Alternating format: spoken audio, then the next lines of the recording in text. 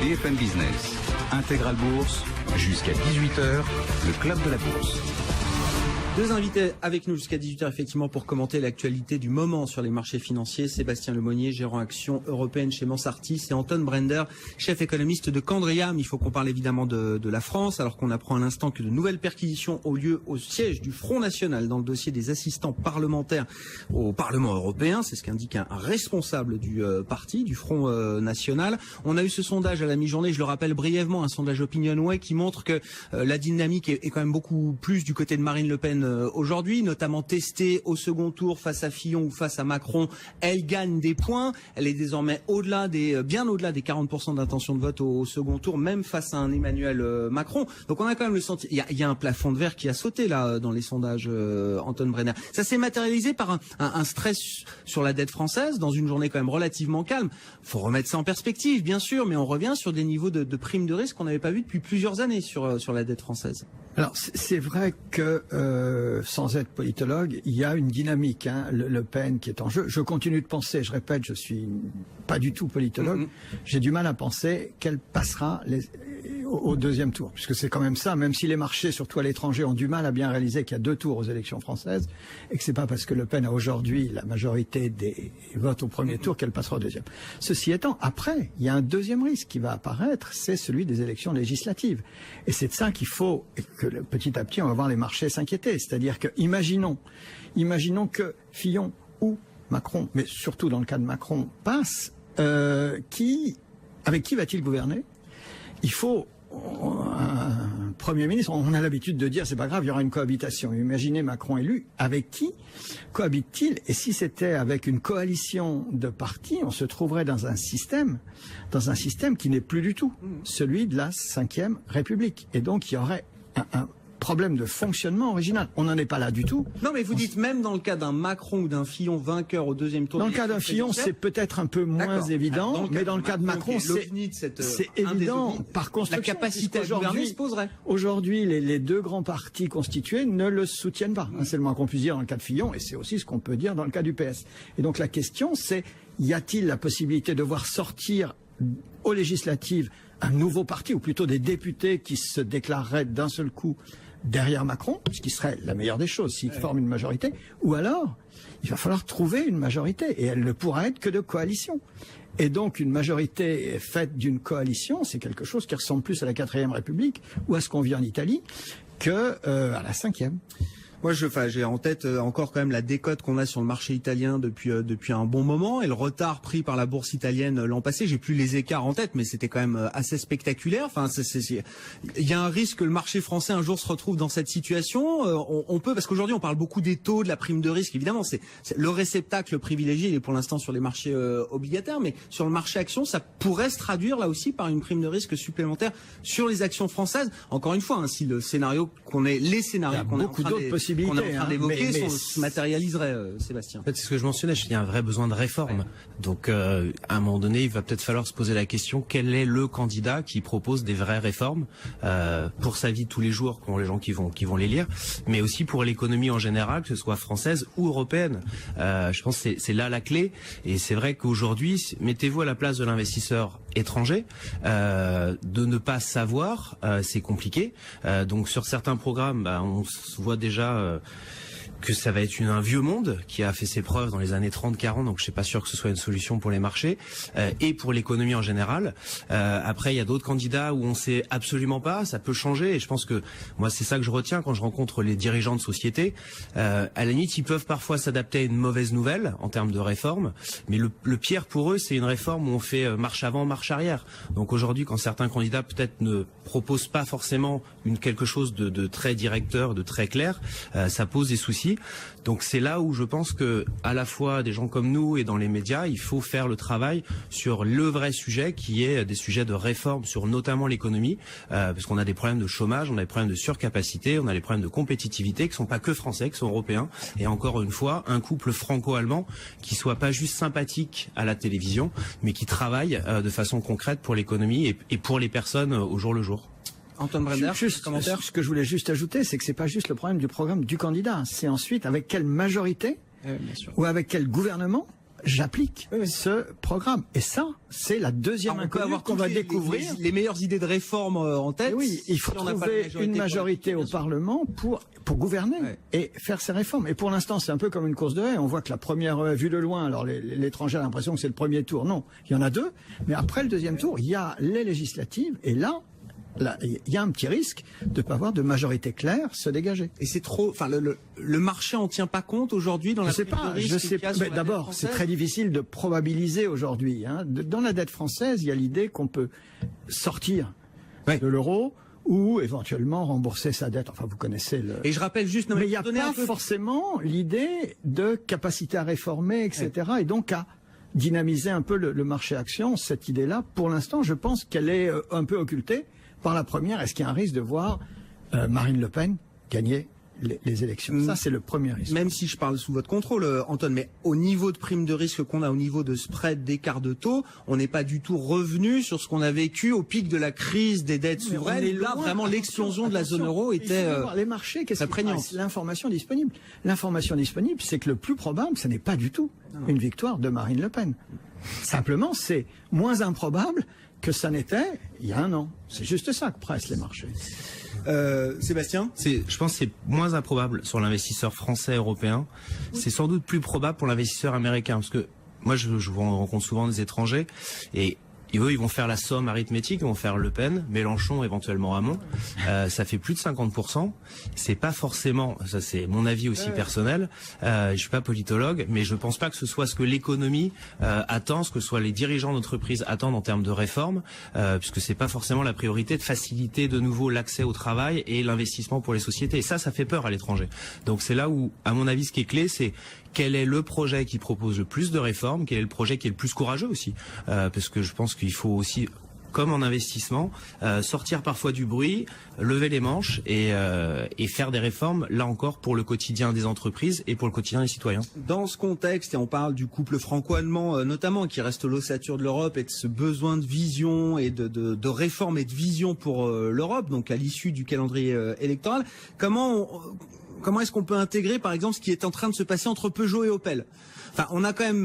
mais non, mais ça fait sourire, mais c'est quand même ça aussi. On a quand même deux entreprises, France-Allemagne. Alors, je mets Opel, oui, évidemment, historiquement, c'est allemand. Il se passe quelque chose de ce point de vue-là. C'est une bonne nouvelle de voir deux entreprises, alors pour des raisons qu'on peut expliquer, mais qui ont envie de se mettre ensemble en Europe pour alors résoudre des problèmes de surcapacité, mais pour avancer. C'est un bon signal ou ça n'a rien à voir avec la politique, c'est complètement en dehors, c'est la vie des entreprises et ça continuera comme ça quoi qu'il se passe en Europe? Je pense que c'est la vie des entreprises, parce qu'en effet, comme vous l'avez dit, le sujet principal, ça va être de résoudre des capacités. Une société comme Peugeot s'est redressée avec un excellent management. Alors ceux qui vont être négatifs vont dire qu'ils ont une exposition trop importante sur l'Europe, qui sont aussi assez diesel finalement, et que surtout il y a des surcapacités, mais surcapacités ne sont pas nouvelles. Et je pense que ça a été justement un sujet européen, puisque politiquement, mais aussi socialement. Après, ça, c'est un autre sujet. C'est compliqué de fermer des sites de production, de mettre des gens au chômage, surtout si on leur propose pas une alternative. En revanche, de vouloir parler avec Opel, ça, c'est vraiment un cas société. On va voir si vraiment ça avance et que justement on commence à sortir des chiffres éventuellement de réorganisation, si le politique s'y mêle ou pas. Moi, j'ai souvenir ce qui s'était passé quand même avec Alstom et Siemens, et on a préféré l'américain. Donc, moi, j'essaye toujours de trouver des sociétés qui sont loin des bruits des politiciens, pas parce qu'ils font que des bêtises, même s'ils en font quand même beaucoup, mais c'est parce que souvent il y a une logique qui n'est pas que économique. Moi je suis là pour essayer de faire gagner de l'argent à mes clients. L'aspect social est forcément important, mais va être beaucoup plus pris en compte par un politicien, surtout si parfois il veut faire un peu de populisme. Mais ce mariage, à mon avis, peut faire du sens, puisque ça va renforcer deux acteurs qui vont pouvoir avoir de meilleures synergies. Alors ça va pas résoudre leur problème d'être trop européens, mais finalement sur ce métier-là, si on est très fort, ou si on se renforce sur une zone géographique, ça peut finalement faire plus de sens que d'être petit un peu partout. Si en plus on a un soutien politique qui s'organise autour de cette alliance, ça peut faire du sens. Alors après, moi j'ai pas de Peugeot directement. Moi je suis plutôt exposé sur des fournisseurs automobiles, notamment Faurecia que j'ai toujours en portefeuille, un acteur comme Continental en Allemagne. Et puis j'ai la holding, par contre, comme ça j'achète du Peugeot indirectement avec une décote supplémentaire, la holding familiale Peugeot, donc FFP, sur lequel on a aussi une exposition qui est bien moindre comprendre que par l'histoire en fait sur Peugeot, parce que si je prends par exemple Seb, Orpea et Zodiac font à peu près 25 ou 30% de la NAV, et on a une décote finalement de la NAV, pardon, c'est la valeur intrinsèque finalement de la somme des différents actifs. Donc moi voilà, c'est quelque chose que j'aime bien, et puis j'ai cette option en plus sur Peugeot qui a quand même dans sa restructuration génère maintenant beaucoup de free cash flow, de cash pour la société. Oui, voilà. Ils sont prêts même à mettre la main sur Opel aujourd'hui. Donc on verra, les discussions politiques vont continuer. Il y a rencontres prévues entre les ministres français et allemands de l'économie au cours de la semaine. Il y a le salon de Genève qui arrive, donc on imagine que voilà, ce sera sans doute des moments propices pour annoncer et aller un peu plus loin dans ce projet d'intégration. Comment vous regardez ça? Alors là on est vraiment, c'est des cas sociétés comme dit Sébastien, mais est-ce qu'on peut l'intégrer dans l'idée d'un projet européen ou moi ce qui m'a frappé juste, Anton Brender, c'est la réaction politique allemande. Ça a été d'abord savoir qu'est-ce qui va advenir des sites de production en Allemagne. Hein, ça a été vraiment la préoccupation, un peu comme ça aurait été le cas en France. Donc il y a vraiment une communauté d'attitudes et de réactions. Il y a des syndicats qui ont droit au conseil. Hein. Allez-y, pardon. Après, je pense qu'il y a quelque chose qui peut par contre être positif, et notamment en Allemagne, parce qu'il y a eu quelques OPA de groupes chinois sur des groupes industriels allemands de forte qualité. Je pense que tout le monde a en tête KUKA notamment, la robotique, qui fait la robotique, enfin voilà, tout ce qui est très en avance. Et en Allemagne, c'est un vrai sujet aujourd'hui de se faire finalement acheter ces joyaux industriels en Allemagne. Il y a la même chose en France finalement.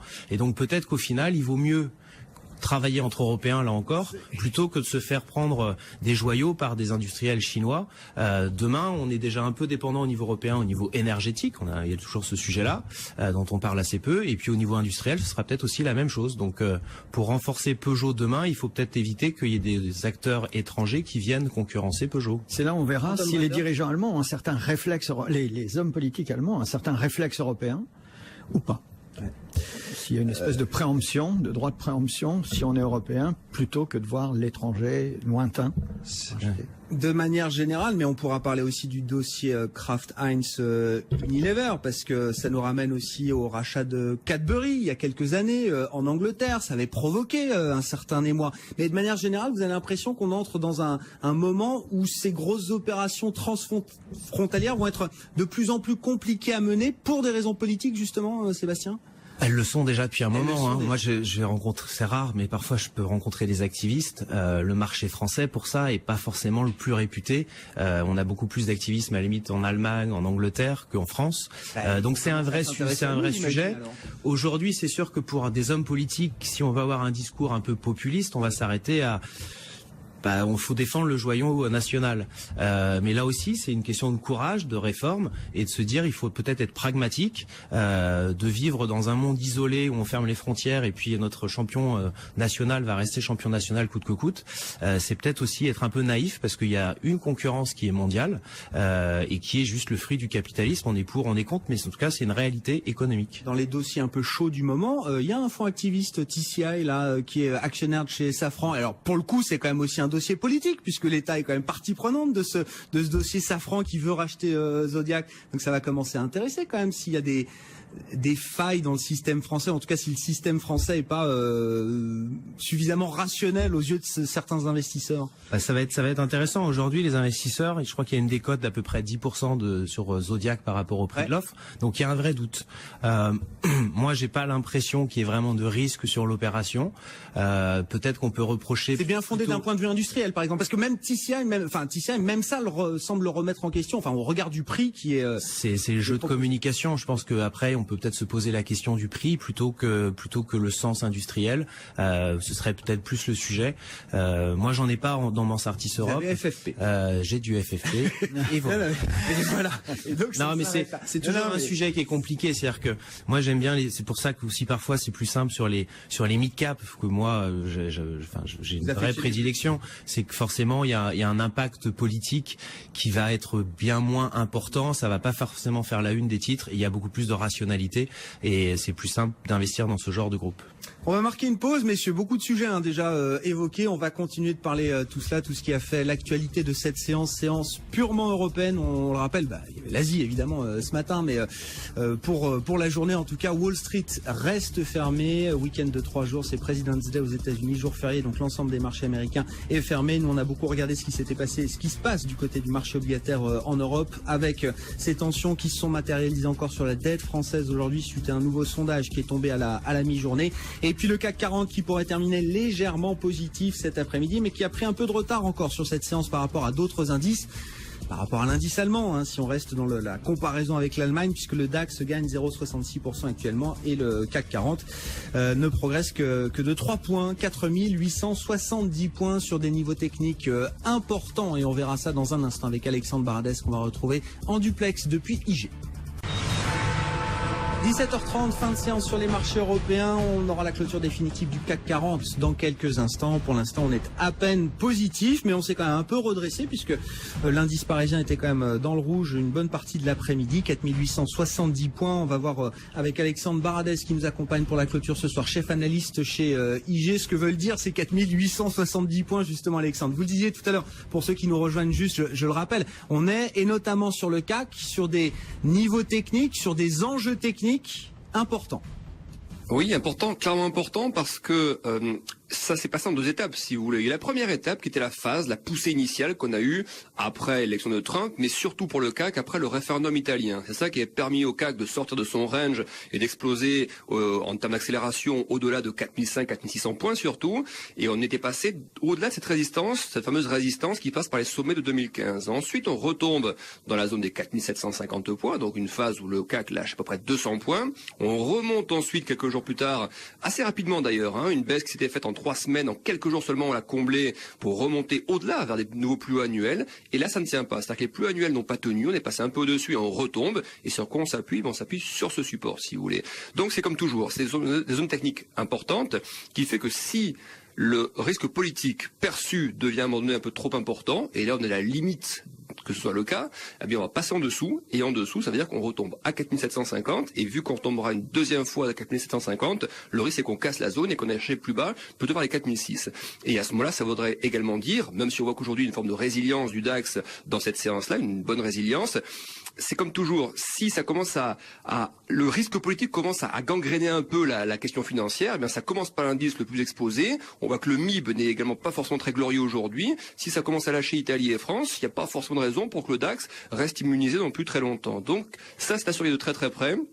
Et puis surtout ne pas perdre de vue que là on a un risque politique, alors que l'on traduit un peu aujourd'hui, un petit spread, enfin un spread qui s'écarte un peu, petit retracement du CAC, bon c'est assez limité. On sait aussi que va arriver dans les jours qui viennent, souvenez-vous il y a maintenant presque une dizaine de jours de cela, Trump annonçait donc que d'ici 2 à 3 semaines nous aurions le détail du plan fiscal. Ça veut donc dire qu'on peut avoir, peut-être un peu tôt cette semaine, mais peut-être début de semaine prochaine, ou à cheval entre février et mars, quelques éléments de précision par rapport à ça. Et pour un marché qui a énormément poussé à la hausse dans l'attente de ce plan fiscal, s'il y a la moindre déception, clairement c'est la phase de correction qui va s'appliquer. Et surtout que ce qu'on peut... Je vais pas dire, on va pas faire trop d'anticipation, c'est dur en ce moment d'en faire, mais c'est de dire que jusqu'à présent, quand on voit les décisions que prend Trump, elles sont très souvent modérées. Regardez par exemple la position de Pence, on l'a vu aujourd'hui, par rapport à l'OTAN, par rapport à l'Europe. C'est très très modéré par rapport aux propos de Trump. Donc est-ce qu'on ne peut pas craindre aussi, et que le marché peut craindre, que par rapport à ces annonces extrêmement importantes, ces promesses, finalement, que l'effet final, que les promesses finales ou la réalité finale soit moins importante que les promesses. Et ça peut être un risque également qui pèse sur les marchés US dans les jours qui viennent. On pourra revenir sur l'Europe avec vous, Anton Brender, mais un mot sur Donald Trump. Alors déjà, oui, est-ce que vous avez le sentiment ou la perception que les propos de Donald Trump, au regard de ce qu'on a connu du candidat en campagne, qui était d'ailleurs... qui donne l'impression parfois d'être encore en campagne. Est-ce que oui, entre ce qu'il tweet et ce que les canaux plus officiels ou plus diplomatiques envoient comme message, est-ce qu'il y a une différence et est-ce qu'il y a il y a suffisamment d'éléments pour être un peu rassuré par rapport au personnage? J'aurais pas dit rassuré par rapport au personnage. Ça, c'est la seule chose qu'on peut pas être quand on voit les différents tweets, les différentes déclarations qu'il fait. Enfin, bon. On peut être juste rassuré, non pas par rapport au personnage, mais par rapport aux décisions qu'il est effectivement capable d'appliquer. Et on l'a vu à propos des flux d'immigrants, il a il a signé un executive order qui en fait a été bloqué. Et donc sa capacité à influencer effectivement le cours des choses, elle est bien moindre que sa capacité à envoyer des tweets. Et ça, c'est la seule chose rassurante aujourd'hui. La grande question, c'est qu'est-ce qu'il fait en matière budgétaire, puisque une partie de la hausse de la bourse américaine, il ne faut pas se tromper, et même du moral, puisqu'il y a un boom, tous les indicateurs mensuels est lié à cette attente d'une réforme fiscale, à la fois pour les ménages et pour les entreprises. Et là, la grande question, c'est qu'est-ce qui va sortir? Et ça, c'est un sujet extrêmement compliqué. Et ça veut dire quoi? Quelle relation, dans quel type de relation il va être avec son Congrès également? Exactement. C'est ça la clé. Puisque faut se rappeler que Trump a un plan de réforme fiscale, ou plutôt a fait des annonces de réforme fiscale qui ne sont pas exactement les mêmes. Elles vont dans le même sens, mais c'est pas exactement les mêmes que celles de diable est dans Ryan. les détails, bien sûr. Et le diable est plus que dans les détails, parce que il y a à la fois la réforme, ce qui peut intéresser le plus la bourse, c'est quand même ce qui va se passer en matière de réforme sur la fiscalité des entreprises. Et là, il y a des choses simples, on baisse les taux. Là-dessus, ils sont tous d'accord, même pratiquement sur les niveaux. Bon. Les taux de fiscalité, on va pas rebaisser les taux. Mais ensuite, il y a toutes les autres mesures, et il y en a plusieurs même qui vont poser des problèmes. Il y a d'abord, est-ce que les intérêts restent déductibles? Et ça, aujourd'hui, ça va faire pas mal d'heureux et pas mal de malheureux si on regarde les entreprises américaines. Est-ce qu'on remplace la déductibilité des intérêts, des profits, par une déductibilité totale de l'investissement réalisé? Ce qui va avantager, là aussi, d'autres entreprises. Ça, c'est la première chose. Et puis la deuxième, c'est le fameux ajustement à la frontière. C'est est-ce que cette réforme fiscale est utilisée à des fins protectionnistes? C'est la volonté de Trump, c'est pas celle du Congrès. Et donc, on ne sait pas qu'est-ce qui va sortir de tout ça, et le risque de, disons, déception du côté des entreprises, du côté des bourses, il n'est pas nul, parce que ça peut aussi retarder tout simplement la mise en œuvre de ce que tout le monde attend. Donc il y a pas mal d'incertitudes, on a parlé beaucoup des incertitudes politiques en Europe, il y en a énormément. Et au regard des niveaux de prix qu'on a sur les marchés américains, c'est des incertitudes qui sont pas bien intégrées. Qui sont, on est d'accord, pas intégrées. Pas du tout. On a intégré globalement que le taux d'impôt allait passer de 35% à, mettons, 20%. Ça c'est une bonne nouvelle pour la bourse. Le problème, c'est qu'est-ce qui va accompagner ces mesures? Et ça, on ne le sait pas, et ça va faire l'objet de discussions. Et il y a un vaste éventail de possibilités sur lesquelles on peut revenir, mais sur lesquelles on sera amené à revenir, en tout cas, dans les semaines qui viennent. Bon, 2-3 semaines, il nous a dit ça déjà la semaine dernière. Donc, effectivement, le temps court et on aura les détails, normalement, dans les prochains jours. Aux États-Unis, sur la réforme fiscale américaine, je vous rappelle au passage que Wall Street et l'ensemble des marchés américains est fermé aujourd'hui pour cause de jour férié, President's Day d'ailleurs. Et nous, en Europe, on est en train de terminer cette séance. Clôture définitive à Paris ce soir, sans grande saveur, on peut le dire. C'est vrai que du point de vue de l'indice parisien CAC 40, il s'est pas passé grand-chose, moins 0,05%, 4864 points. Mais on notera un petit décrochage par rapport à d'autres indices. Le DAX à Francfort qui progresse de 0,6% par exemple. Et puis on a beaucoup parlé du marché obligataire et de ces tensions qui se sont encore un peu accrues sur la dette française après la publication d'un sondage Opinionway à la mi-journée qui montrait qu'une dynamique Marine Le Pen était en œuvre, c'est très clair, avec notamment des intentions de vote au second tour qui gagnent encore quelques points, quel que soit le candidat face auquel elle est testée, que ce soit Emmanuel Macron ou François Fillon, et Marine Le Pen désormais à 42% d'intention de vote au second tour, par exemple, face à Emmanuel Macron. Donc elle franchit ce plancher, ou ce plafond plutôt des 40%. Donc on a vu la dette française se tendre un petit peu, ça s'est calmé en fin de journée. On est autour de 60, même pas 80 points de base d'écart de taux ce soir entre le 10 ans français et le 10 ans allemand, et puis l'euro-dollar relativement stable sur cette séance, même quasiment stable, 1,0620 pour 1 euro actuellement, le CAC à l'arrivée, donc moins 0,05%, 4864 points. BFM Business, Intégral Bourse, on refait la séance. Et puis pour être un peu complet sur la séance du jour en Europe et sortir un peu juste de la politique et de la macroéconomie, le dossier Unilever qui a recédé. Alors intéressant parce qu'ils ont pas cédé, le titre n'a pas rebaissé de toute la hausse qu'il avait accumulée vendredi sur l'annonce de ce projet de rachat par Kraft Heinz, mais on a quand même une baisse de quasiment 7% à l'arrivée ce soir pour Unilever. On va en parler dans un instant. Juste un mot encore avec vous, Anton Brender, chef économiste de Candriam. Ce sont les sondages, la politique qui vont guider les marchés désormais en Europe. Demain, on va avoir les PMI et tous les gérants qui viennent ici nous disent la macro c'est bien, la micro c'est bien, et puis il y a ce risque politique. Mais on voit aujourd'hui que c'est une chape de plomb, c'est pas juste un risque parmi d'autres là. Ça fait 1 an qu'on dit qu'il va y avoir du risque politique en Europe. On est dedans. On est dedans et on va vivre au rythme du risque politique. C'était pas une blague. Et donc des sondages. Et donc, forcément, le risque politique, ça se mesure avec des sondages dont on vous dira, il mesure pas bien, etc. Mais on va vivre dans ce risque politique au travers du seul instrument que vous avez pour l'apprécier, c'est-à-dire les sondages. Le dossier Unilever, parlons un peu des entreprises. Alors je refais vite l'histoire, mais effectivement, offre comme ça qui est officialisée vendredi de Kraft Heinz, 143 milliards de dollars. Donc si le deal avait eu lieu, on aurait été sur un des plus gros deals de l'histoire du monde des deals. Grosso modo, ça donnait le 3e deal de l'histoire, je crois. Est-ce qu'il y avait déjà une logique ? Unilever dit qu'il n'y avait aucun intérêt ni financier ni stratégique. Comment vous regardez quand même l'ambition qu'avait Kraft Heinz, ou peut-être que a encore Kraft Heinz, de mettre la main et de créer alors un méga mastodonte dans la grande consommation? Sébastien Lemonnier. Moi, je le regarde d'un œil, encore plus lointain, parce que j'ai pas ces titres-là en portefeuille. C'est-à-dire qu'en Europe, j'ai pas d'Unilever, j'ai pas de Nestlé, et j'en avais parlé souvent sur le plateau. C'est des titres qui aujourd'hui, même s'ils sont une qualité intrinsèque, sont chers en absolu, en relatif par rapport à l'histoire. Et sur le cas d'Unilever, malgré la baisse aujourd'hui, on est toujours sur des multiples, donc un ratio par exemple de valeur d'entreprise par rapport aux résultats courants que le fait la société, qui n'a jamais été aussi haut depuis 10-15 ans.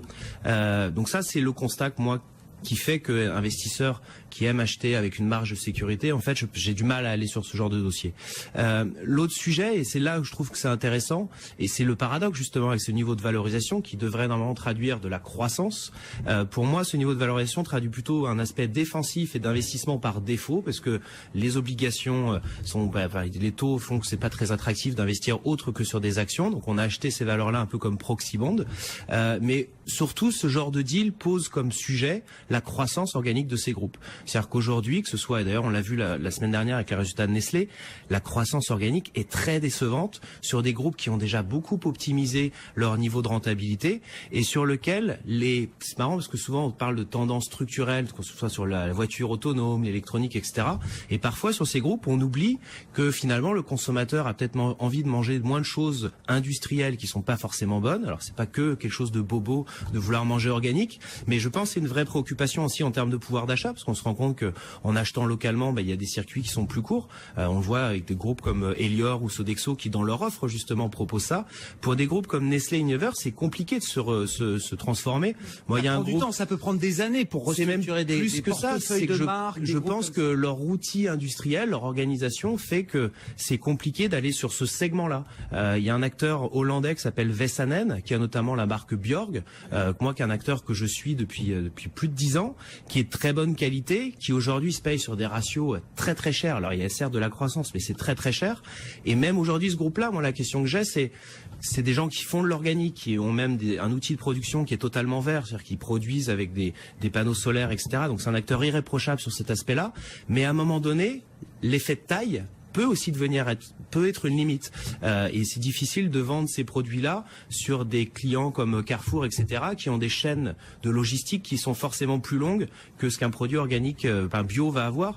Donc c'est là où justement ça me conforte dans le sujet de survalorisation éventuelle de ces titres, puisque ce genre de deal est plutôt peut-être pour masquer justement ce problème de croissance structurelle qu'on n'avait peut-être pas ces dernières années avec la thématique du consommateur chinois, mais qui aujourd'hui pose problème. Et c'était déjà la logique du deal de Kraft rachetant Heinz. Et donc là, c'était l'alliance de Warren Buffett et de son ami milliardaire brésilien, qui sont les deux personnages derrière l'alliance Kraft-Heinz, qui voulaient aujourd'hui Unilever. Mais je comprends que le cas d'investissement vous intéresse pas, c'est des deals défensifs, c'est pas des histoires de croissance, c'est encore de la restructuration peut-être pour ces entreprises-là, mais elles seront obligées d'y venir à un moment ou à un autre. C'est-à-dire que, est-ce qu'on peut imaginer que, même si c'est pas pour racheter tout Unilever, que Kraft Heinz à un moment ait besoin ou de grossir encore ou d'aller racheter des parties comme ça de ces groupes-là? Je pense qu'à part une logique éventuellement de marque, de se renforcer sur certaines catégories de produits, et surtout de restructuration, ça a un sens plus limité. À la limite, si on regarde un acteur comme Nestlé,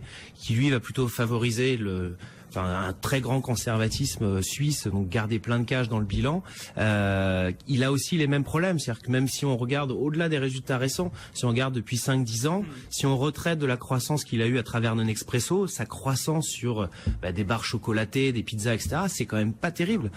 Donc eux, ils font un autre pari qui peut-être d'ailleurs fait plus de sens, d'aller sur des produits alimentaires avec une vocation plutôt de santé, donc qui serait bon, mais ça reste là aussi plutôt industriel, donc ça peut être via d'autres réseaux de distribution, notamment via des pharmacies ou ce genre de choses. Donc là, c'est plus spécialisé, ça fait sans doute plus de sens. Mais moi, j'y vois un intérêt. Enfin, c'est difficile en tout cas de se dire je vais acheter ces groupes-là de façon intrinsèque pour profiter de ce genre de consolidation. Je ne sais pas si elles payent de la valeur, surtout là encore je vous le dis, si on paye sur des niveaux de multiples qui sont aussi assez élevés. C'est-à-dire que sur des multiples déprimés, ça fait du sens forcément. Sur ce genre de multiples, je ne suis pas sûr qu'à la fin de l'histoire, l'opération crée de la valeur pour l'actionnaire. Donc même pour un Warren Buffett qui est derrière le Kraft Heinz, c'est pas un deal très value s'il avait envie de mener. Je sais pas si c'est son idée ou pas, mais il est beaucoup plus smart que moi, donc j'ai peut-être tort. Bon, en tout cas, une univers qui est redescendu un petit peu, mais vous le disiez, alors en termes de valorisation, on est sur des multiples qui sont alors quasiment au plus haut historique, c'est ça. Et puis en termes de prix, on était sur un record aussi d'Unilever, du titre Unilever cette fois. Donc le prix en tant que tel sur la séance de vendredi, le titre avait bondi de 14%, je crois. Et puis, il n'a pas tout reperdu, donc c'est intéressant. Peut-être que dans le marché, il y a encore l'idée qu'il pourrait se passer des choses, mais on perd quand même 7% sur Unilever, donc pour une capitalisation de cette taille. Évidemment, c'est important, coté à Londres et à Amsterdam. On va marquer une dernière pause, messieurs. Vous restez avec nous. Alexandre, merci d'avoir été avec nous pour la séance du jour sur les marchés européens. Alexandre Baradès qui nous accompagnait ce soir, chef analyste d'IG. Le CAC, à l'arrivée, je vous le rappelle, quasiment à l'équilibre, moins 0,05%, 4864 points. BFM Business, Intégral Bourse, jusqu'à 18h, le club de la bourse. Il nous reste quelques minutes en compagnie de nos invités ce soir. Anton Brender, chef économiste de Candriam, Sébastien Lemonnier, gérant action de Mansardier. Pardon, Sébastien? Non, je pensais à quelque chose qu'on s'était dit hors plateau. Ah oui, d'accord. Sur des idées. Ouais. D'accord, très bien. Oui, on va parler Aritza, c'est ça? Ouais, en fait, ça fait la transition comme ça. Parce qu'on parlait de l'alimentaire avec Kraft Heinz Unilever. On garde Aritza pendant 3 minutes, mais juste encore un mot de macro avec vous, Anton Brender, puisqu'on est quand même en plein dans le calendrier politique européen. Ça a été quand même ce qui a marqué beaucoup encore cette journée, alors très européenne, et puis c'est vrai qu'il n'y avait pas l'activité américaine pour venir soutenir un peu les volumes en Europe. Donc peut-être que on a vu sur les marchés obligataires des mouvements un peu nerveux, on va dire, sur la dette française. Mais moi, ma question, demain, on va avoir les PMI, donc les enquêtes un peu avancées, les enquêtes de sentiment des directeurs d'achat dans le secteur privé, pour le secteur des services, pour le secteur manufacturier. Tout va bien de ce point de vue-là en Europe depuis plusieurs mois maintenant. En tout cas, ça s'améliore. Est-ce qu'à un moment, ces incertitudes politiques, ça va se retrouver, ça va peser sur ces enquêtes de confiance et sur les chiffres économiques de la zone euro? J'espère que non. Pour l'instant, tout va à peu près comme attendu dans la zone euro en termes de conjoncture. La macro est plus forte que la politique ou La macro, pour l'instant, la politique, c'est des sondages, c'est des risques. Qu'est-ce qu'on a vu aux États-Unis? On a vu que c'est l'élection de Trump qui a déclenché un mouvement de hausse violente. De morale. De la bourse, de hausse du moral et de la bourse. Et donc la question, c'est est-ce qu'il va falloir voir la réalisation d'un risque ou l'absence de réalisation de risques qui étaient redoutés pour affecter effectivement les bourses. Donc moi, j'ai tendance à penser que tant que les sondages sont relativement rassurants, parce qu'aujourd'hui, ils inquiètent un peu plus qu'hier, mais ils n'inquiètent pas de façon radicale. Tant qu'on est dans ce genre de choses, la politique va pas affecter plus la bourse. Mais si demain les choses devaient décanter plus, autrement dit qu'on voit mieux l'issue, dans les différents pays, en France en particulier, à ce moment-là, ça aurait un effet, bien sûr. Mais pour l'instant, je pense que l'économie résiste, et le moral de l'économie résiste aussi aux aléas politiques. La bourse, c'est normal, elle est plus nerveuse. Les entreprises, elles ont leur carnet de commandes, qui sont ce qu'ils sont, plutôt rassurants qu'autre chose, par rapport à ce qu'elles ont connu. Oui, mais ce socle macro, il est important quand même, parce qu'on se rattache à ça à chaque fois, généralement. Bien sûr, mais heureusement. Pour l'instant, l'économie va bien. Il faut quand même dire un mot de reconnaissance à l'égard de la BCE, sur laquelle on a l'habitude de taper. Non, mais juste pour dire que depuis des années maintenant, la BCE fait un effort désespéré pour soutenir la conjoncture européenne. Qu'au total, elle aura réussi à remettre un tout petit peu de dynamisme dans cette économie européenne. Un tout petit peu. L'euro est trop faible. Merkel ce week-end, Schäuble quelques heures ou quelques jours après. Pour trop l'Allemagne. faible pour l'Allemagne.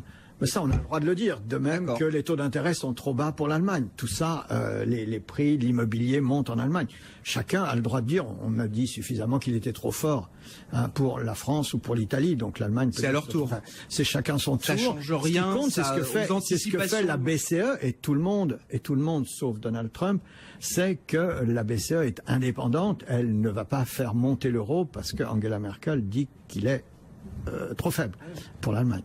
Donc de ce point de vue-là, il n'y a pas de nouvelles, il y a simplement la vie quotidienne qui continue et la politique quotidienne qui fait ses déclarations, mais la BCE a fait son travail, elle ne peut pas faire beaucoup plus. Donc il faut espérer que la conjoncture ne va pas être choquée par les aléas politiques les qu'on a décrits. incertitudes que ça pourrait provoquer. Juste un mot encore, la dérelation entre les politiques et les banques centrales. On est dans le calendrier électoral européen, mais on est dans une période aussi, alors plus électorale, mais une période politique quand même particulière aux États-Unis. On a parlé de Trump, la réforme fiscale. Comment est-ce que la relation avec la Fed va se mettre en place? Il faut voir les choses comme elles sont. Toute l'administration américaine est véritablement déstabilisée. Sauf qu'il n'y a qu'une organisation pour l'instant qui n'a pas été déstabilisée par l'élection présidentielle, et c'est normal puisqu'en principe elle est indépendante, c'est la Fed. C'est vraiment l'élément de prévisibilité aujourd'hui. Sauf que il y a pas mal de postes à pourvoir à la Fed. Sur les 18 mois qui viennent, il y en aura peut-être 5. Enfin, il y en a 5. Ouais. Et deuxième chose, il y a un congrès, donc ça, c'est le président qui va décider de qui il met, puis ensuite il y aura les filtres habituels qui jouent. Et puis il y a un congrès où le Parti républicain aurait très envie de modifier le fonctionnement de la Fed. C'est-à-dire dans quel sens, Anton? Faire qu'elle respecte beaucoup plus une règle et qu'elle soit beaucoup moins discrétionnaire au point qu'il y a un projet Audit the Fed, etc., qui revient, dans lequel on demandera à la Fed d'appliquer une règle. Une formule mathématique. Une formule mathématique et d'expliquer le jour où elle ne l'applique pas, pourquoi elle ne l'applique pas. Voilà. Ça, c'est quelque chose qui est aujourd'hui agité par une partie des républicains du Congrès. Donc il y a beaucoup de choses qui pourraient se passer du côté de la Fed également. Pour l'instant, je répète, c'est dans quand même une période délicate quand même, parce que sortir, alors la période très délicate, ça a été d'inonder, enfin de sauver le système, mais sortir de ces politiques-là, sont complètement infaisables ou qui auraient été complètement infaisables si elle avait appliqué fidèlement une règle. Il aurait fallu déroger en permanence à cette règle et expliquer régulièrement pourquoi on déroge. Donc il y a pas mal de choses qui peuvent se passer aussi du côté de la Fed. Quand on voit la manière dont Donald Trump a géré, comment il a géré la situation pendant son premier mois, on peut se demander qu'est-ce qui va se passer ensuite, aussi dans ces domaines qui, pour l'instant, sont restés à l'écart. Je crois qu'il n'a pas encore tweeté pendant des discours ou des conférences de presse de Janet Yellen. Non, mais tout le monde se pose à chaque fois. Pendant les conférences. Mais non, ils se posent tous la question à chaque fois. Enfin, je veux dire, à chaque fois qu'on va avoir des décisions importantes prises du côté de la Fed, pendant la conférence de presse, on se demande si on va pas avoir un tweet de Donald Trump qui va venir. Il y en avoir c'est bien ou c'est pas bien. Mais je crois pas qu'il y en ait eu pendant les conférences de presse. Oui, je crois qu'il y en a pas eu. Ça, je suis sûr. Oui. Mais bon, on suivra. Mois de mars, prochaine réunion de la Réserve fédérale américaine. Enfin, on va avoir BCE, Fed, tout va se remettre en place au mois de mars. Sébastien Lemonnier, on va terminer avec vous. Et le dossier dont vous nous parliez il y a 15 jours à peine, je crois, Aritza. Oui, c'est ça. Côté alors essentiellement à Zurich, enfin il y a plusieurs cotations en Europe, mais c'est la fusion de deux groupes. Voilà. En fait, il y a quelques années, un groupe suisse Ichstand et un groupe irlandais IAWS que moi j'avais à l'époque en portefeuille. Et justement, ça me faisait rigoler tout à l'heure parce que c'est typique un peu comme, alors c'est pas exactement pareil, mais ça fait partie des valeurs. C'est une boulangerie industrielle spécialisée notamment plutôt sur des produits surgelés. Et ces quelques dernières années, moi qui avais ce titre-là pendant assez longtemps, en fait, c'était un titre relativement pas très cher, très générateur de cash, assez ennuyeux, puisqu'en effet, dans votre vie de tous les jours, vous n'allez pas forcément manger de plus en plus de croissants. En plus, c'est pas très bon pour la santé. Et donc, pour moi, voilà, j'avais cette d'image que c'est pas un groupe de croissance. À un moment donné, avec en plus un management qui à l'époque a beaucoup investi, donc a dépensé de l'argent soit en acquisition, soit en capex, ce qu'on appelle pour la croissance organique. Mais justement, c'était pas la croissance organique réelle, c'était la croissance organique financée. Et donc c'est un titre qui s'est payé il y a encore 2-3 ans comme un titre de croissance. Ça valait en bourse à peu près 80 francs suisses. Et puis à un moment donné, on a fini par se rendre compte que finalement on avait créé un peu trop de surcapacité, qu'on avait payé un peu trop cher des acquisitions Et puis plus récemment, puisqu'ils ont pris une participation dans Picard à hauteur de 47%, les investisseurs se sont demandé mais quelle est la logique par rapport aux boulangeries industrielles. Et c'est là où justement je pense que ce genre de groupe, il faut faire attention au statut. Moi j'adore les changements de statut boursier quand il peut y avoir un re-rating. Là on a eu l'effet inverse justement où ça a été perçu comme une valeur défensive de croissance sûre et pérenne. Et puis on s'est rendu compte à un moment donné que avec une succession de profit warning récemment, notamment je crois début janvier, avec un titre qui a perdu 35%, quelque chose comme ça, que le management avait détruit de la valeur. Et c'est là où moi j'adore en fait finalement, parce que je rentre sur un groupe qui reste aussi ennuyeux que ce qu'il était avant, mais qui a une vraie capacité aujourd'hui de se restructurer. Alors quand je vous en avais parlé la dernière fois, je vous avais dit, vu toutes les bêtises du management, ça va être difficile de faire pire, et qu'aussi en même temps il y avait quand même un endettement financier qui était devenu un peu une épée de Damoclès. Alors parfois quand on investit sur value, il faut être patient. Là c'est surtout de la chance. Le management a sauté 10 jours après que je vous en ai parlé. Alors certes le titre a commencé à monter, parce que justement je vous avais dit, la principale des raisons des gens même éventuellement value comme moi de pas y toucher, c'est parce que justement il y avait une telle défiance sur le management. Et moi j'ai continué à en racheter un petit peu. Que ce soit un piège en fait, que ce soit une volonté de plus du tout faire confiance en fait. Donc là le management a sauté, le titre a commencé à monter, et donc pour moi c'est la confirmation. Je suis un investisseur de long terme. Alors parfois ça peut être plus ou moins long selon la façon dont les choses se cristallisent.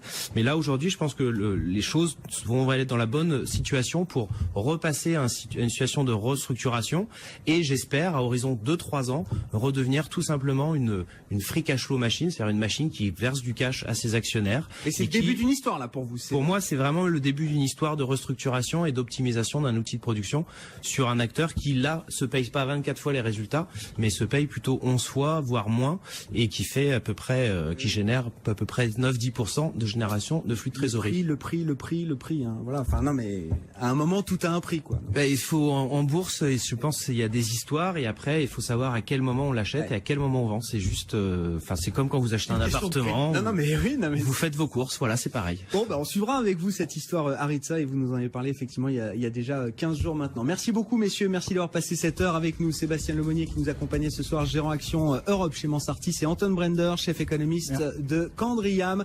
Je vous rappelle la clôture. Alors l'Europe est scellée un petit peu cet après-midi puisque Wall Street reste fermé pour jour férié, et le CAC à l'arrivée moins 0,05%, 4864 points, bientôt 18h. Retour d'Intégral Bourse demain après-midi évidemment dès 15h. BFM Business, Intégral Bourse, 15h, 18h, la bourse en temps réel.